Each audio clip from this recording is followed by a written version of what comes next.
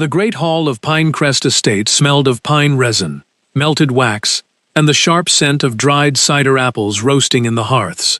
Overhead, dozens of candles dripped steadily onto iron hoops, casting a flickering yellow glow across the crowded floor below. A group of musicians in the corner played a slow, steady waltz, their bows moving in perfect unison, though few people in the room paid them any real attention. Silk skirts brushed against the wide pine floorboards with a sound like dry leaves, and glass cups clinked together as guests gathered near the long tables. Lily Fenton stood in the deep shadow of a large decorative fern near the back wall, pulling her shoulders in to make herself smaller.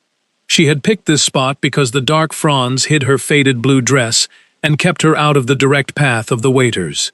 Her aunt had spent 3 weeks insisting that an unmarried woman of 22 years could not simply stay at home when a public gathering occurred, regardless of how little money remained in the family bank account. Lily had finally relented, pinning her brown hair up with 2 plain wooden pins that had belonged to her mother, but she had no intention of joining the crowd. She kept her right arm pressed flat against her ribs, feeling the stiff corner of the folded paper hidden inside her left cuff. The letter had arrived 4 days ago from the land agent down in the valley, stating that the final extension on her father's property had expired. If the remaining balance was not delivered to the office by the first day of the coming month, she would have to vacate the small cottage at the edge of the woods. Lily watched the couples move through the figures of the dance, stepping forward and back in straight lines that never varied. She had learned these movements when she was 10 years old, practicing in the kitchen with her mother while the stew simmered on the stove. But she had not danced since the winter her father grew too weak to cut the firewood. Near her corner, 2 women in heavy velvet dresses paused to watch the front entrance, their voices carrying clearly over the music. The first woman remarked that the master of the Northern Ridge had actually accepted an invitation this season, which she claimed had not happened in over 10 years. The second woman leaned closer, whispering that the northern estate held more timber and stone than the rest of the valley combined, though the owner rarely permitted anyone to cross the boundary line. They laughed quietly, the sharp sound of people who enjoyed discussing the misfortunes and secrets of their neighbors, before moving toward the refreshment table to refill their cups. Lily leaned her head against the cool wood of the wall, letting her breath out slowly through her teeth. She did not need to ask whom they meant, as the entire village of Oakhaven had spent the past week talking about the master of the ridge. People called him the Vampire King, in quiet rooms, speaking of his pale skin, his white hair, and the way his family had held the northern valley since the first log cabins were built. The stories said he never appeared in the bright sun of noon, that he could track a deer through a blizzard by its heartbeat, and that his stone house remained cold even in July. Lily had never seen him, and she had no desire to encounter men who held that much power over the lives of ordinary townspeople. The large double doors at the front of the hall opened wider, and the cold night air rushed into the room, causing the candle flames to bend and smoke. The 2 attendants at the entrance straightened their coats, standing completely still as a tall figure stepped across the threshold into the light. The man did not wear the heavy gold chains or the brightly colored silk coats that the local merchants favored for evening gatherings.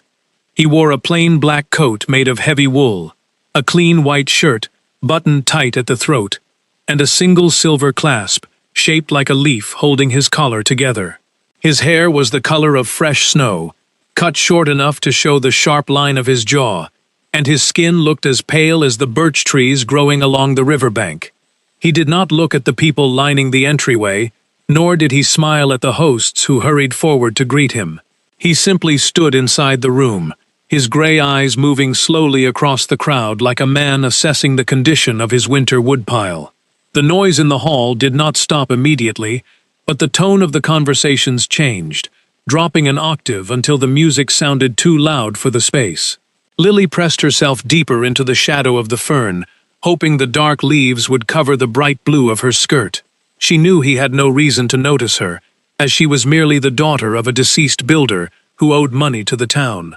Yet, as he began to walk down the side of the room, the crowd parted before him without a word. leaving a wide, clear path on the floorboards. He walked with a steady, rhythmic stride that brought him closer to the eastern wall, his eyes fixed on the dark corner where Lily stood. Ethan stopped 3 feet from the edge of the large fern, his pale hands hanging loosely at his sides, his gray eyes resting on Lily's face without blinking. The air in the small corner grew noticeably cooler, carrying a faint scent of frost and dry earth that did not belong in the warm, crowded ballroom. Lily did not drop her gaze or offer the formal curtsy that her aunt had spent the afternoon demonstrating in the kitchen. Her fingers tightened around the folded eviction notice inside her sleeve, the sharp edge of the paper digging into the skin of her wrist through the thin fabric. The music continued behind them, but the space between the fern and the wall felt entirely separate from the rest of the gathering.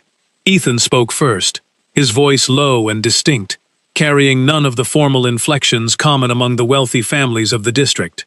He stated her name as a fact rather than a question, waiting for her to acknowledge him before he took another step forward. Lily cleared her throat, ensuring her voice remained level and did not reveal the rapid beating of her heart against her ribs.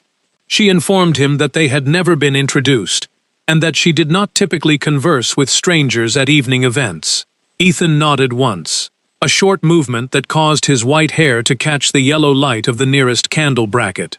He replied that he had come to the estate for the sole purpose of finding her, and that he had no interest in the rest of the guests. Lily looked past his shoulder, noticing that her Aunt Beatrice had stopped speaking to the valley doctor, and was now watching them with wide, startled eyes. The silence between them stretched until Lily felt the need to break it, if only to stop the surrounding guests from staring at her corner. She asked him directly why he had crossed the room to speak to someone who held no property or standing in the town. Ethan looked down at his own fingers for a brief second, his pale skin appearing almost translucent against the dark wool of his sleeve. He suggested that they walk toward the side door leading to the long glass porch, noting that the air inside the main hall had become thick with the smell of wax and wine. Lily hesitated, knowing that leaving the main room with the master of the ridge would provide the village with enough gossip to last until spring. She told him that she intended to return home shortly, and that her aunt would be waiting for her by the carriage gate. Ethan did not move away or change his expression, but he stepped back slightly, leaving a clear path toward the side door without blocking her exit. He told her that her home in Oakhaven would remain hers, and that the land agent would not be coming to her door on the 1st of the month. Lily looked at him sharply, her hand moving instinctively to the hidden paper in her sleeve, as she tried to understand how he knew of her private difficulties. He opened the heavy wood door leading to the porch, standing aside to let her pass into the cooler, quieter space beyond the main hall. She walked through the opening, her leather shoes clicking against the stone floor of the porch, while the sound of the waltz faded behind the closing door. The long porch was lined with small potted orange trees, their dark leaves glittering with the condensation that had formed against the cold glass panes. The only light came from the moon reflecting off the snow on the lawn outside, casting long, blue shadows across the floorboards. Lily walked to the far end of the enclosure, stopping near a wooden bench where the air smelled of damp soil and cold metal. Ethan followed her, keeping a distance of 3 feet between them, his white hair catching the pale moonlight through the glass. He stood with his back to the door, his arms crossed over his chest, his gray eyes watching the way her breath formed small white clouds in the cool air. He began to speak of the winter 3 years ago, describing a small timber cottage that stood 3 miles north of the village church. Lily went completely still, remembering the tiny house with the broken fence where an invalid woman named Iris had lived for 2 short months. Ethan explained that Iris was his younger sister, who had left the northern ridge against his wishes to live among the townspeople after a brief, unfortunate marriage. The man she had chosen had taken her savings and left the valley when her health began to fail, leaving her alone in the small house without wood or food. Lily closed her eyes for a second, seeing again the pale, quiet face of the woman she had found shivering by an empty fireplace during her daily walk. Lily looked up at Ethan, the moonlight showing the fine lines around his eyes that she had not noticed in the yellow light of the main hall. She told him that she had not known Iris was related to the family on the ridge, as the woman had used a common name and had never spoken of her relatives. She explained that she had only done what any neighbor would do, bringing a jar of hot broth each morning and gathering dry branches from the woods to keep the small stove burning. For 2 months, Lily had sat by the narrow bed after her own father had gone to sleep, reading old newspapers aloud until Iris fell into a restless slumber. Ethan moved his hand slightly, his fingers trailing along the edge of a frozen orange leaf as he listened to her words. He told her that he had been away in the northern forests when his sister fell ill, and that he had only received Lily's single, unsigned letter 2 days before the end. When he finally reached the cottage in the middle of a heavy snowstorm, he had found his sister warm and quiet, her hand held by a girl with dark hair who left without asking for payment or introducing herself. By the time he buried Iris in the family plot and returned to the village to seek the helper, Lily's father had passed away, and the house had been locked by the town creditors. He admitted it had taken him 3 years of constant searching through the valley records to find where she had moved with her aunt. Lily pulled the folded paper from her sleeve, her fingers trembling slightly as she unfolded it in the blue moonlight to look at the agent's signature. She asked him if he had purchased the debt from the valley office in order to place her under an obligation to his family. Ethan shook his head, his white hair catching the light as he moved closer, though he kept his hands firmly at his sides. He explained that he did not buy property that belonged to others, nor did he use money to force people into compliance with his wishes. He had gone to the agent's office 2 days prior and informed the man that any further harassment of the Fenton family would result in the immediate closure of the Ridge timber contracts. The agent had agreed to cancel the debt within 5 minutes, and the legal release forms were already resting in the town vault, signed and sealed. Ethan stated clearly that she owed him nothing for the transaction, as the service she had rendered to his sister could never be balanced by a piece of paper from a valley office. The cottage in Oakhaven was now fully hers, free of any claims or future judgments, regardless of what she decided to do when she left the porch tonight.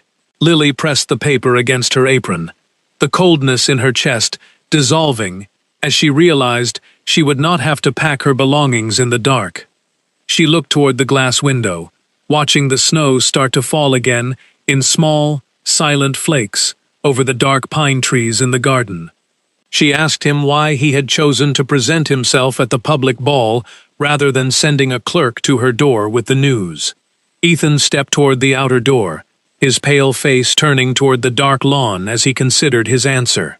He told her that a clerk would have delivered the paper, but a clerk could not have looked her in the eyes to see if she was well.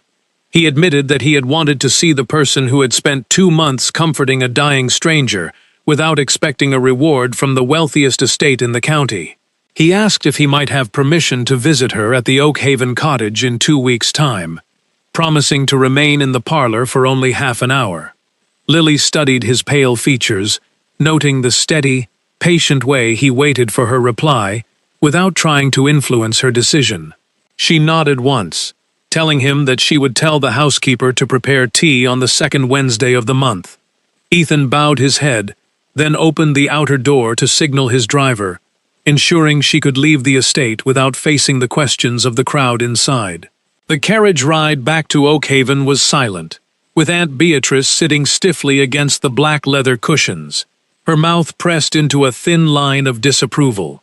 She did not ask about the conversation on the glass porch until they reached the gate of their own small garden and saw the lamplight glowing through the kitchen window. As Lily untied her bonnet in the small hallway, her aunt remarked that the master of the ridge was not a safe companion for a young woman without property. Lily did not reply, choosing instead to carry her shoes up the narrow wooden stairs to her small bedroom under the eaves. She sat on the edge of her mattress for a long time, listening to the wind rattle the loose pane in her window and watching the snow pile up against the glass. She took the land agent's letter from her pocket, held it over the glass chimney of her small oil lamp, and watched the paper turn to black ash in the flame. The ash fell into the earthenware basin on her washstand, leaving no sign of the debt that had kept her awake for the past 4 weeks. In the morning, a young clerk from the valley office rode up the lane on a bay horse, delivering a sealed tin box containing the original deed to the house. Mrs. Gable, the elderly woman who had helped the family since Lily was a child, carried the box into the kitchen with her sleeves rolled up and her face full of curiosity. Lily placed the deed in the bottom drawer of the oak dresser, telling the older woman only that a matter of business had been concluded to the satisfaction of the estate. By the middle of the week, the story of the ball had spread through the village, growing larger with each retelling at the blacksmith shop and the dry goods counter. Mrs. Higgins, who lived next to the church and kept watch over the main street, called on Thursday morning under the pretense of borrowing a cup of salt. She sat by the kitchen fire for an hour, mentioning that the master of the ridge had been seen riding his gray horse through the lower meadows at dusk. Lily continued hemstitching a white cotton apron, offering no comment on the riding habits of the northern families, until the older woman gave up and went home. On Saturday morning, Lily walked into the village square to purchase a sack of cornmeal and 3 yards of gray wool for a new winter petticoat. As she passed the small shop owned by old Thomas, the village cobbler, she noticed the old man sitting on his wooden stool with a heavy plaid blanket over his knees. The blanket was made of thick, blue wool, of a quality never sold in the local stores, with long fringes that brushed against the dirt floor of the shop. Lily stopped to ask after his health, noting that his legs usually grew too stiff for work when the first hard frost hit the valley. Old Thomas smiled, tapping his leather hammer against the sole of a boot, and told her that a stranger had dropped the bundle off on Tuesday night.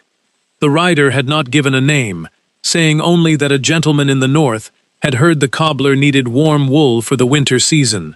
Lily walked back along the river path, the heavy sack of cornmeal balanced against her hip, her mind turning over the small details of the past week. She remembered speaking to Ethan on the glass porch about the people of Oakhaven, mentioning how old Thomas had repaired her father's work boots for nothing when the family had no money. She had not expected the master of the ridge to remember the casual remark, let alone send an expensive blanket through the snow without taking credit for the gift. The realization made her steps lighter as she turned up the lane toward her own gate, where the bare apple trees stood like dark skeletons against the gray sky. She spent the remaining days of the fortnight cleaning the small front parlor, polishing the dark walnut table, and ensuring the iron grate was free of old soot. Mrs. Gable watched her activities with a quiet smile, though she refrained from asking why the best teacups were being washed on a Monday afternoon. Lily felt a strange, quiet anticipation growing as the second Wednesday approached, a feeling that had nothing to do with the fear she had carried during the long months of her father's illness. The clock in the village church was striking 3 when the plain black carriage pulled up to the gate of the Fenton cottage on the 14th day.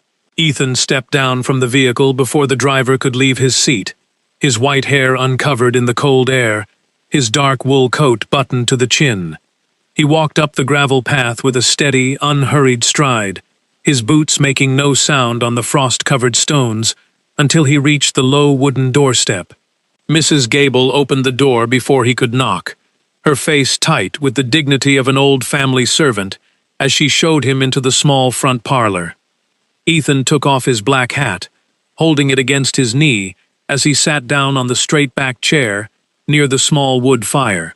The room was small enough that his presence seemed to fill the entire space, the faint scent of winter air following him inside and cooling the heat from the hearth. Lily sat across from him in her father's old armchair, her hands clasped in her lap, watching the way the firelight reflected in his gray eyes. Mrs. Gable brought in the brown earthenware teapot and 2 plain white cups, setting them on the walnut table with a sharp clink, before withdrawing to the kitchen. Lily poured the tea, noting that Ethan's fingers remained completely steady as he reached for his cup, his pale skin looking smooth against the rough ceramic. They spoke of the weather for the first 10 minutes, Ethan noting that the northern passes were already blocked by 6 feet of snow and would remain closed until April. He asked about the small reading class Lily had started for the village children, wanting to know if the 3 girls who came on Tuesday mornings were learning their letters. Lily explained that the youngest girl was already able to spell her own name, though her mother still preferred her to spend her afternoons spinning wool. Ethan listened with his head slightly inclined, his white hair catching the yellow light from the window, his expression remaining perfectly calm as she spoke of the town concerns. He did not mention the land agent, nor did he ask if she had found the deed in the tin box, keeping his word to discuss only the ordinary matters of the season. Lily found herself speaking more freely than she usually did with strangers, describing the way the apple trees in the garden had produced only half a crop due to the late spring frost. Ethan remarked that the soil in the lower valley was deep, but lacked the lime found in the northern ridges, suggesting she add crushed stone to the roots before the ground froze completely. When the clock on the parlor mantelpiece chimed the half-hour, Ethan set his empty cup down on the tray and stood up immediately, his hat held against his side. He thanked her for the tea, his low voice sounding clear in the quiet room, and asked if he might return on the following Wednesday at the same hour. Lily rose from her chair, walking with him to the small hallway where his heavy coat hung by the door.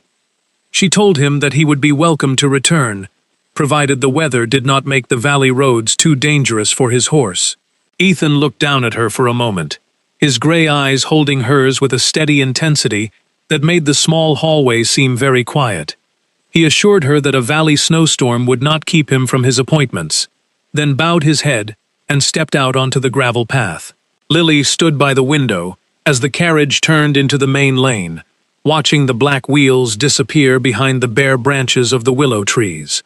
Mrs. Gable came in to clear the tea tray, remarking that the master of the ridge had excellent manners for a man who lived among the wild northern hills.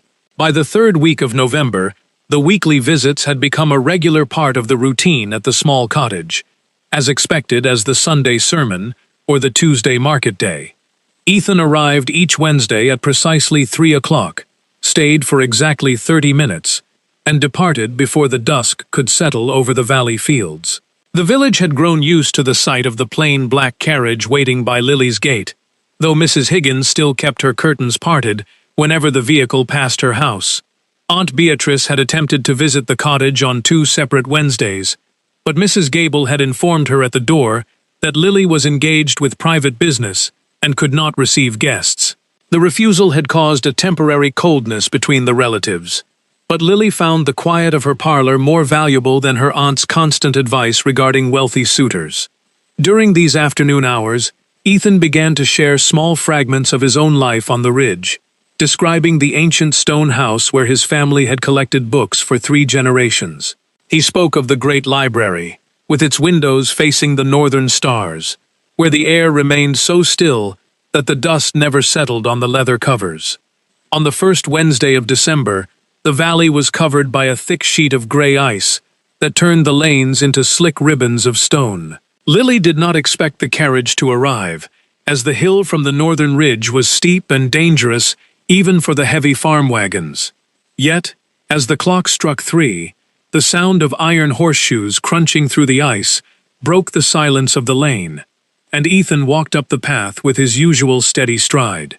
His coat was covered in a fine dusting of frozen rain, and his pale cheeks showed a faint touch of color from the sharp mountain wind.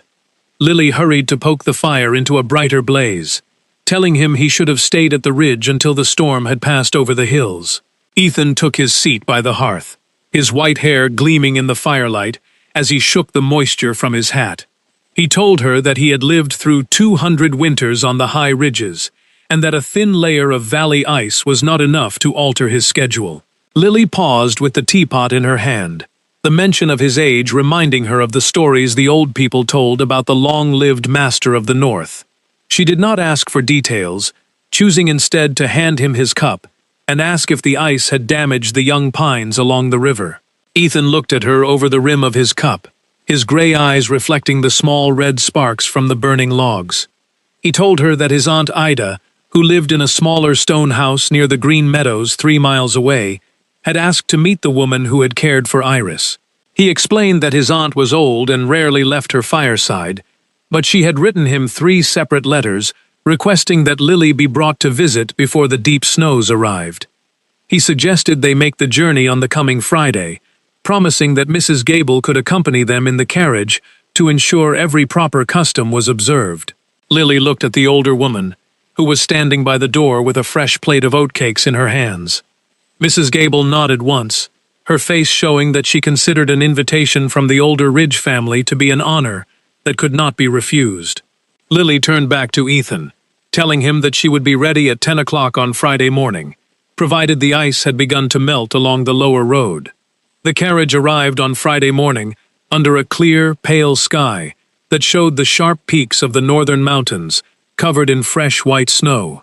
Mrs. Gable sat next to Lily on the front seat, her best wool shawl pinned tight with a silver brooch, while Ethan sat across from them with his hands resting on his knees. The horse moved at a cautious pace along the frozen lane, the iron wheels grooving the white crust that had formed over the mud during the night. They passed the old mill and the long stone walls of the lower pastures, turning toward the narrow valley where the trees grew thicker and the sun disappeared behind the ridge. The house at Green Meadows was built of rough gray stone that seemed to grow out of the hillside, with low windows that looked out over a frozen stream. A single thin line of blue smoke rose from the chimney, disappearing into the cold air before it could reach the tops of the hemlocks. Ethan helped the women down from the carriage, his pale hand feeling cold even through Lily's thick winter gloves, as he guided her toward the heavy oak door. An old servant showed them into a small, low-ceilinged room, where a massive oak log was burning in a fireplace that took up half the wall.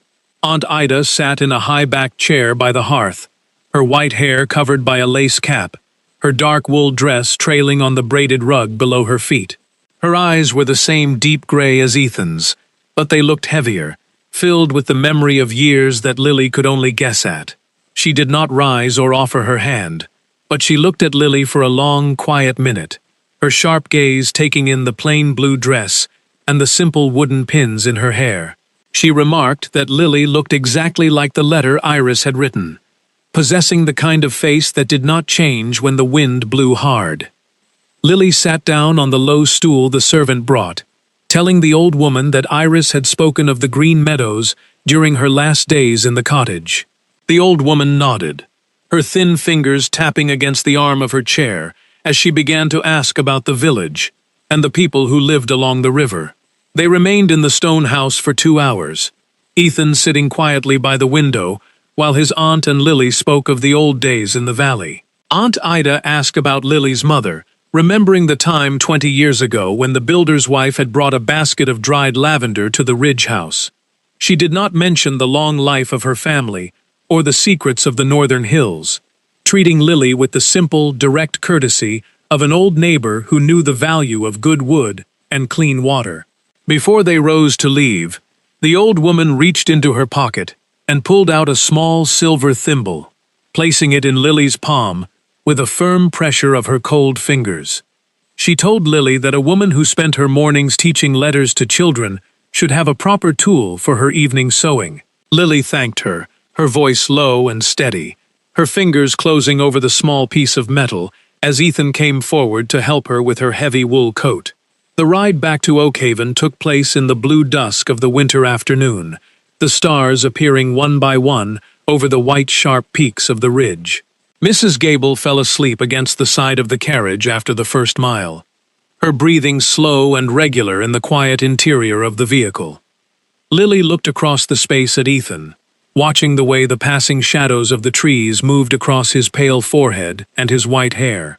She reached into her pocket, her fingers touching the silver thimble, and asked him why his aunt had known so much about her family's history in the valley. Ethan turned his head from the window, his gray eyes fixed on her face with the patient calm that had become familiar to her over the past month. He explained that his family did not forget the people who lived along the river, even if they chose to remain behind their stone walls during the bright hours of the day. He admitted that Iris had written to their aunt during her first week in the small cottage, telling her that the builder's daughter was the only person in Oakhaven who did not look away when she passed. Lily leaned her head against the wooden frame of the window, watching the yellow lights of the village appear in the distance through the bare willow branches. She told him that she had begun to understand the stories the townspeople told about the ridge, realizing that his family lived by rules that were different from the laws of the valley. Ethan moved his hand slightly, his pale fingers resting on the leather cushion near her skirt, though he did not attempt to touch her hand. He replied that the laws of the ridge were simple, requiring only that they protect the land they held and remain faithful to the few people who showed them kindness without fear. He asked if she would permit him to continue his weekly visits through the coming winter, noting that the half-hour on Wednesdays had become the only part of the week he looked forward to. Lily turned her face toward him, her brown eyes meeting his gray ones in the dim light of the carriage lamp. She told him that she had no desire to change their Wednesdays, and that the kettle would be on the stove at 3 o'clock as long as the woodpile lasted. The carriage stopped by her gate, and Ethan helped her down onto the frozen gravel, his touch brief and careful, as he guided her past the patch of ice by the step. He did not speak his own name or ask for any further promises, but he stood by the horse's head until Mrs. Gable had unlocked the door and the kitchen lamp was lit. Lily stood on the threshold for a second, watching the carriage turn back toward the North Hills before she closed the door against the sharp night air. The small house felt warm and secure around her, the wood fire in the parlor still throwing red reflections across the polished walnut table and the plain white teacups. She walked into the kitchen to help Mrs. Gable with the evening bread, her heart settled into a quiet rhythm that had no room for the old worries about the coming month. Spring came to the valley in the final week of March, the gray rain washing the last crust of ice from the lanes and turning the river into a rushing brown torrent. The apple trees in Lily's garden put out their first green tips, and the 3 village girls began to bring small bunches of yellow primroses to the parlor table during their reading lessons. On the first Tuesday of April, Ethan arrived at the cottage 24 hours before his usual time, his plain carriage splashing through the mud of the lane under a bright morning sun. He did not wait for Mrs. Gable to show him into the parlor, stepping through the open door and stopping near the table where Lily was sorting her sewing threads. He wore no hat, and the morning light showed the pale texture of his skin and the pure white of his hair with a clarity that had been hidden by the winter dusk.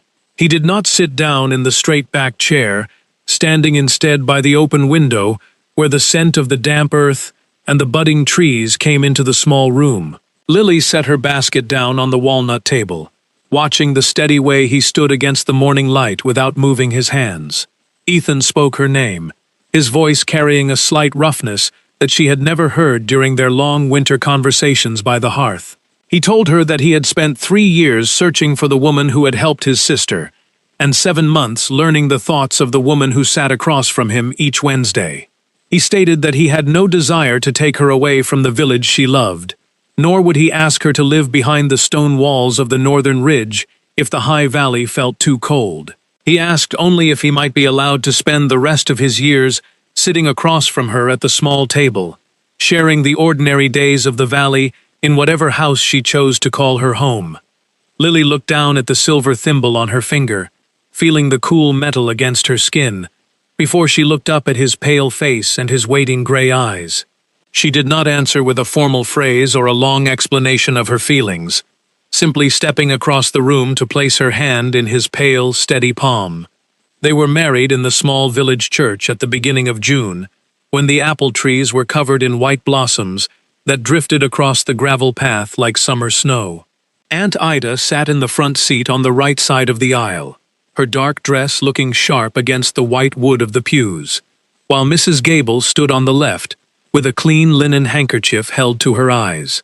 Lily wore her mother's blue silk dress, the wooden pins replaced by a single sprig of apple blossom that grew by the kitchen door of her own cottage. The village people stood outside the gates to watch them pass, their old stories about the master of the ridge forgotten in the face of the simple, quiet way the white-haired man held his wife's hand as they walked to the carriage. A year later, on a Wednesday afternoon in October, Lily sat by the open window of the small stone house at Green Meadows, watching the yellow leaves fall from the trees into the running stream below. Ethan sat across from her with an open book on his knee, his gray eyes resting on her face, while the tea grew cool in the white cups between them. The future lay before them like the wide, quiet meadows that stretched toward the foot of the northern mountains, silent and unmarked by the hurried steps of the town. Lily knew that the years would move differently for the man who sat across from her, that the white hair and the pale skin belonged to a time that did not count the seasons the way the valley people did. Yet, as she watched his long fingers turn the page of his book, she felt no fear of the long shadow that lay over the northern ridge. The safety they had built in the small rooms of the valley was not based on the wealth of the stone house or the secrets of the long-lived family, but on the simple, steady choices made during the cold hours of the winter afternoon. They would continue to watch the apple trees bloom and the ice form on the river, their days measured by the quiet ticking of the parlor clock and the regular return of the Wednesday tea tray. She reached across the walnut wood to touch his hand, finding the pale skin warm under the autumn sun that came through the open window, her mind at peace with the knowledge that true shelter was found in the shared silence of a home that required no explanations from the world outside.